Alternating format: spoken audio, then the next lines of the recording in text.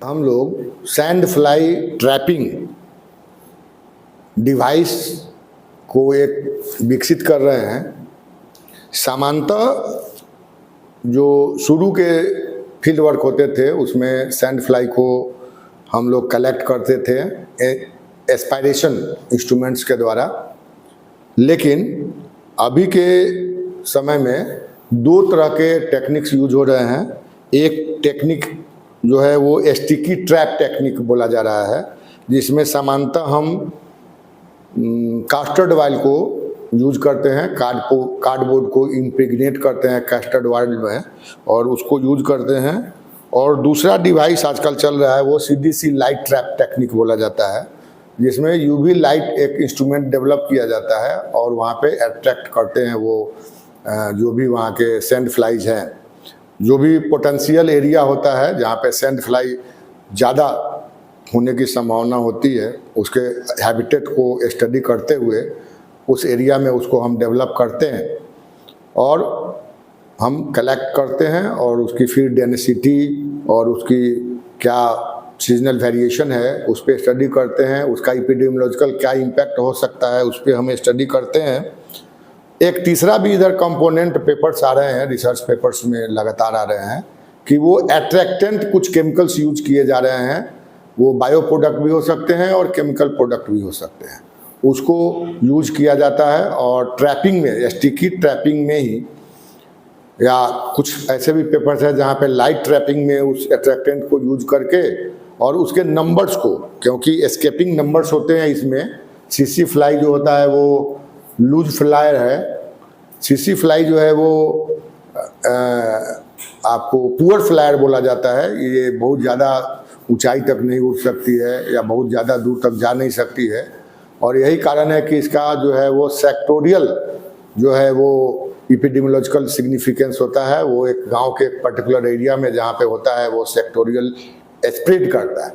बिहार के कुछ जोन में गवर्नमेंट ऑफ इंडिया ने या बिहार सरकार ने ऐसा रिप्रेजेंट किया कि यहाँ पर इरेडिकेट कर चुका है सीसी फ्लाई, लेकिन बिहार के पर्टिकुलर शेखपुरा से एक रिपोर्ट हुआ, एक जगह से और रिपोर्ट हुआ है जहाँ पे वो सेक्टोरियल स्प्रेडिंग की का रिपोर्टिंग किया गया है।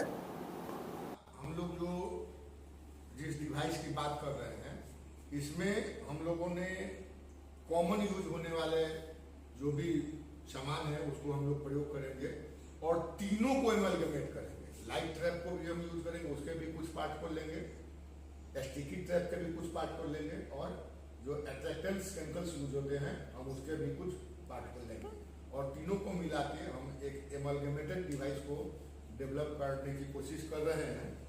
और इसमें एक कॉमन, ये आप देख रहे हैं, ये कॉमन यूज होने वाला एक कंपोनेंट है, कॉमन जो आप कॉमनली यूज करते हैं घर में बाथटब के रूप में या कपड़ा वगैरह साफ करने के लिए।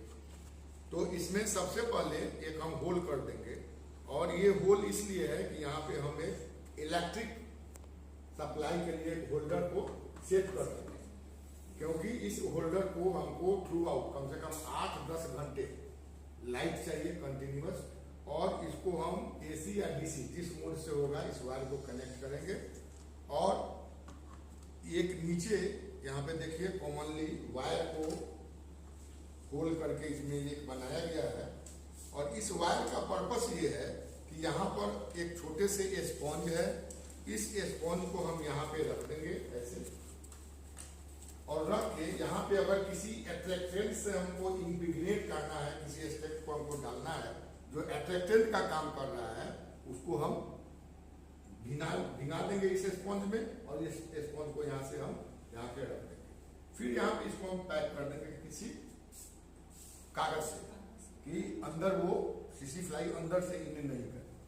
अब यहाँ पे इसके बाद हमको एक होल्डर चाहिए, बिजली का कॉमन जो होल्डर हो रहा है ये चाहिए, एक कार्डबोर्ड चाहिए, स्टिकी आपका जो सीट बनाना है उसके लिए हमको एक कार्डबोर्ड चाहिए।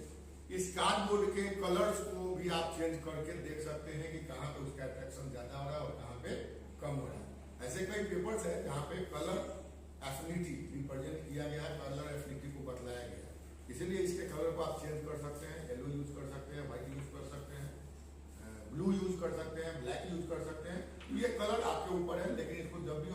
चेंज करके देखें कि अट्रैक्शन किसमें ज़्यादा हो रहा है।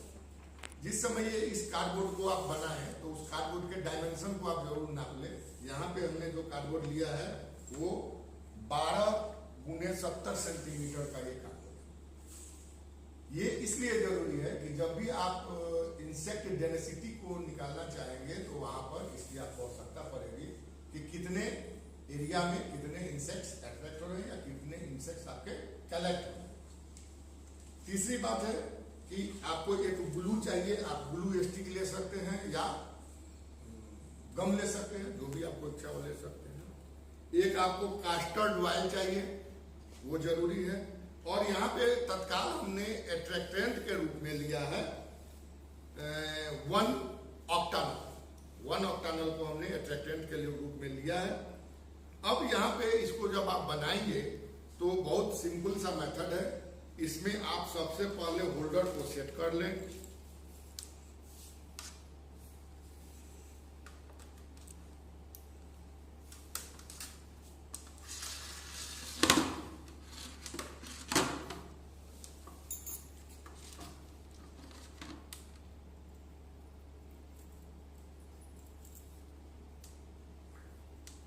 एक होल्डर को सेट कर ले और होल्डर को सेट करके यहाँ पे इसको अच्छे से बांध दे कि ये लूज नहीं रहे। इस चीज को आप इंश्योर करें कि ये लूज नहीं रहे।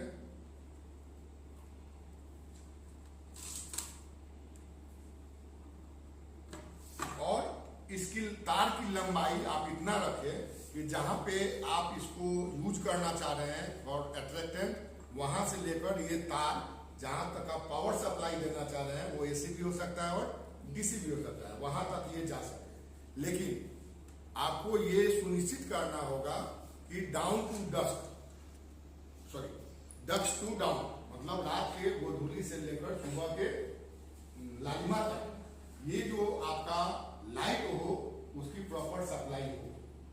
अब यहाँ पे आप एक यूवी बल्ब लगा दें, क्योंकि वो सीडीसी में यूवी बल्ब भी यूज होता है। और उसको बल्ब को लगाने के बाद इस कंपोनेंट पे ये जो कागज है, इस कागज के टुकड़े पर आप ग्लू लगा दें, कास्टर्ड वायर लगा दें, जो कि स्टिकी आपका अट्रैक्टेंट का काम करता है। और इसको गम लगाकर इसमें सबसे पहले आप ये कार्डबोर्ड को चिपका दें। चिपकाओ इसे।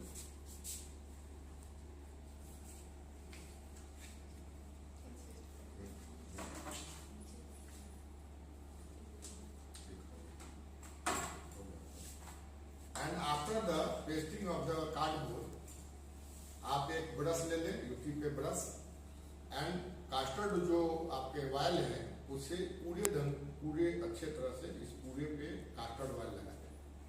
और कास्टर्ड वायल लगाने के बाद एक आपको स्पॉन्ज लेना है।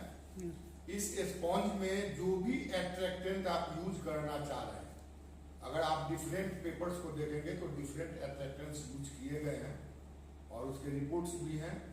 कॉमनली यहाँ पर 1 ऑक्टानॉल आप यूज कर सकते हैं, वो कॉमनली यूज है एट्रैक्टेंट के रूप में। और इसको इम्प्रीग्नेट कर दे, इसको भिंगा दे 1 ऑक्टानॉल। और भिंगाने के बाद या अगर जो भी आप यूज करना चाहते हैं, आप गोट ब्लड को यूज करना चाहते हैं उसको यूज करें। कभी कभी फ्रूट्स एक्सट्रैक्ट भी यूज किया जाता है, कभी कभी आप किसी वेजिटेबल्स के एक्सट्रैक्ट को भी यूज कर सकते हैं। अगर आप ये देखना चाहते हैं कि which one is more attractive तो आप उसको डिफरेंट एट्रैक्टेंट को यूज करिए और उसको यहाँ पे इस ढंग से यहाँ पे रखें। आप एक थोड़े से पतले वायर से भी इसको ये कर सकते हैं कि वो हिले नहीं।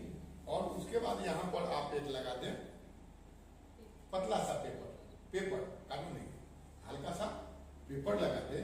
उससे क्या होगा कि ये गिरेगा नहीं। और दूसरी बातें होंगी कि इसके जो लाइट होंगे जो नीचे जा रहे होंगे उसकी इंटेंसिटी बहुत कम हो जाएगी। तो लाइट ट्रैप का जो इफेक्ट होना है वो आपके डायरेक्ट इस आपके बकेट के चारों ही ओर ही होगा। और इस ढंग से आप इस तीनों को इम्प्रीग्नेट करके, तीनों मेथड्स, यहाँ पे तीनों मेथड्स आ रहे हैं। आपने सीडीसी लाइट ट्रैप का प्रॉपर्टी आपने लाइट देके किया, आपने ये कास्टर्ड वायर को यूज किया, आपने स्टिकी ट्रैप को यूज कर लिया, और आपने तीसरा जो कंपोनेंट है एट्रैक्टेंट, कोई भी केमिकल को यूज करना चाह रहे हैं तो उसको आपने यहाँ पे यूज कर दिया। और इस ढंग से अगर आप कलेक्ट कर रहे हैं तो प्रोबेबली मैक्सिमम जो चांसेस है कि मैक्सिमम आप नंबर ऑफ सैंड फ्लाइज आपके यहाँ पे अट्रैक्ट होंगे, और कलेक्ट करने के बाद फिर वहां पे आप ये सुनिश्चित हो लें कि इस सैंड फ्लाई में कुछ दूसरे इंसेक्ट्स भी आ सकते हैं, तो दूसरे इंसेक्ट्स को आपको एलिमिनेट कर देना है, और सैंड फ्लाई जितने भी हैं उस सैंड फ्लाई को आप कलेक्ट कर लें। सैंड फ्लाई को कलेक्शन करने के बाद वहां पे सैंड फ्लाई का स्पेसिस वेरिएशन भी हो सकता है। ऐसा नहीं कि एक ही स्पेसिस के वहां पे सैंड फ्लाई सारे होते हैं। जैसे आर्जेंटिपिस को हम लोग यूज करते हैं, लगता है कि फ्लिबोटोमस आर्जेंटिपिस ज्यादा इंडिया में है, प्रिवेल कर रहा है, लेकिन वहां पे कुछ आर्जेंटिपिस को छोड़ के दूसरे भी स्पेसिस सैंड फ्लाई के हो सकते हैं। तो उसको आपको इंडेक्स, उसके स्पेसिस इंडेक्स अवेलेबल है, उसको लेबोरेटरी में लाकर आप आइडेंटिफाई कर ले कि कौन सा सैंड फ्लाई ज्यादा है, कौन सा स्पेसिस ज्यादा है, और इस ढंग से आप एक इपिडेमियोलॉजिकल रेट्रोग्रेसिव जो एनालिसिस हो सकता है डिजीज का और डेंसिटी ऑफ सैंड फ्लाई का, वो आप कर सकते हैं।